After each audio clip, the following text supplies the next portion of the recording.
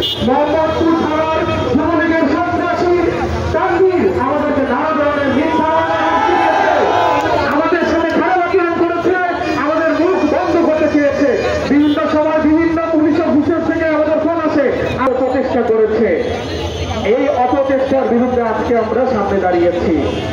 এছাড়াও বাণিজ্য মন্ত্রণালয় কাজের অগ্রগতি না থাকার কারণে নাকি সে লিস্ট প্রদান করতে পারে নাই, কিন্তু আমরা বাণিজ্য মন্ত্রণালয়ে যোগাযোগ করে বারবার জানতে পেরেছি কি বাণিজ্য মন্ত্রণালয় চাচ্ছে যে আমাদের টাকাগুলো রিলিজ করার জন্য। এই টাকাটা পেমেন্ট গেটওতে আটকে আছে, এটা সাধারণ মানুষের টাকা। প্রায় 400 কোটি টাকা আটকে ছিল। এখন পর্যন্ত আমরা জানতে পেরেছি ভোক্ত অধিকারের পরিচালকদের ভাষ্য মতে এখনো প্রায় 127 কোটি টাকা গেটওতে আটকে আছে। এই টাকার আমরা সমাধান চাই। এই টাকার সমাধান না দেওয়া পর্যন্ত আমরা পথ ছাড়ছি না। আমরা বলতে চাই আমরা এখানে এসেছি সাধারণ গ্রাহকদের জন্য। আপনি দুই একজন একদিনদের মাথাকে অধিকার আদায় করতে চাই। আমি এসেছি আমার অধিকার নিয়ে, বাকিরা যারা এসেছে তারা তাদের অধিকার নিয়ে কথা বলেছে। আমরা চাই বাণিজ্য